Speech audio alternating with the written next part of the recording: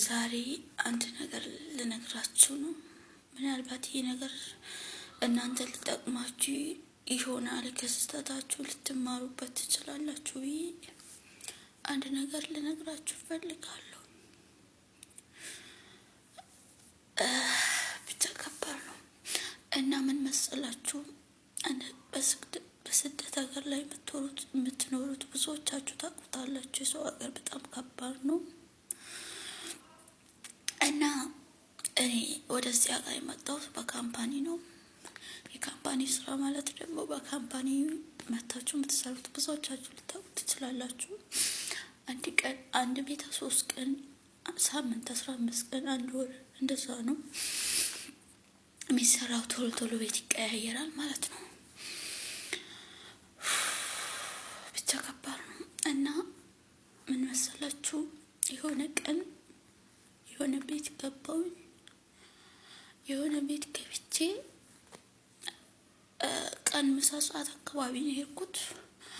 ከዛ ምሳ ሰዓት አካባቢ ሄጄ ስራ የሰራው ነበረ። ስራ ሰርቼ ምናምን ከዛ በቃ ከሰዓት 11 ሰዓት አካባቢ ላይ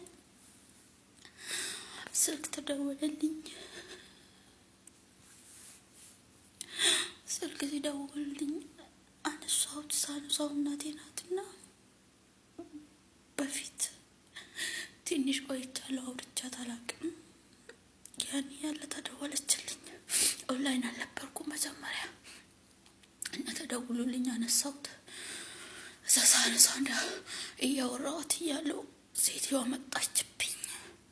ስትመጣብኝ እናቴ በቃ ደህና ሁኚ እደውልልሻለሁ ማታ፣ ሴትዮ መጣብኝ ነው እዚህ ቤት ዛሬ ነው የመጣሁትና ዛሬ ስለመጣሁ ዛሬውኑ ደግሞ ስልክ ማውራት ታበዛለች ሊሉኝ ይችላሉ እና ማታ እደውልልሻለሁ አልኳት ብዬ ስላት እናቴ በቃ ልትለየኝ አልፈለገችም። አይ ካልሆነ ለሴትዮ ስጫትና እኔ ሴትዮዋን አናግራታለሁ፣ ችግር የለውም ትንሽ አውሪኝ አለችኝ ማለት ነው። ከዛ በኋላ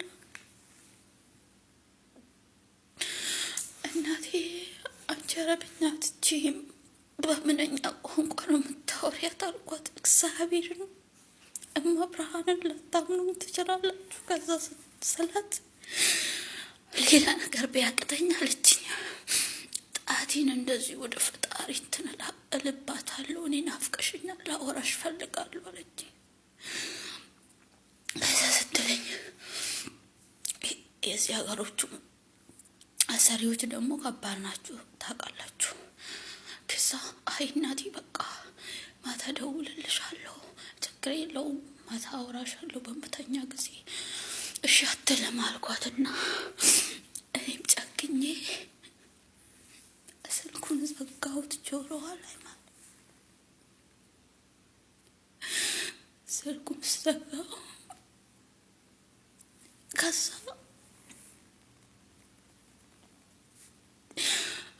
በኋላ እናቴን ድጋሜ ድምጿን አልሰማሁም። ከባድ ነው ብቻ እና አንድ ሰው የሆነ ቀን ሰፍሰፍ ብሎ ሊያናግራችሁ ወይም ላወራችሁ ሲፈልግ እንደምንም ብላችሁ ለማውራት ሞክሩ። ምክንያቱም ያን ሰው ድጋሜ ላታገኙት ትችላላችሁ።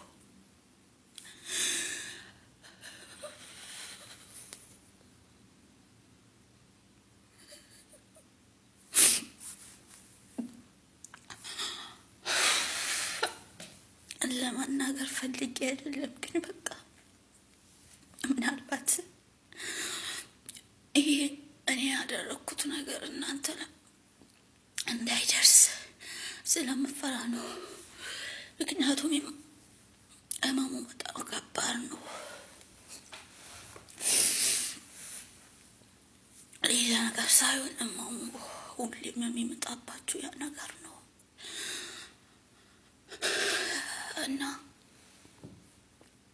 ለታ ማታ ኦንላይን አልነበሩም፣ አልደወልኩም። በሶስተኛው ቀን ተደወለልኝ።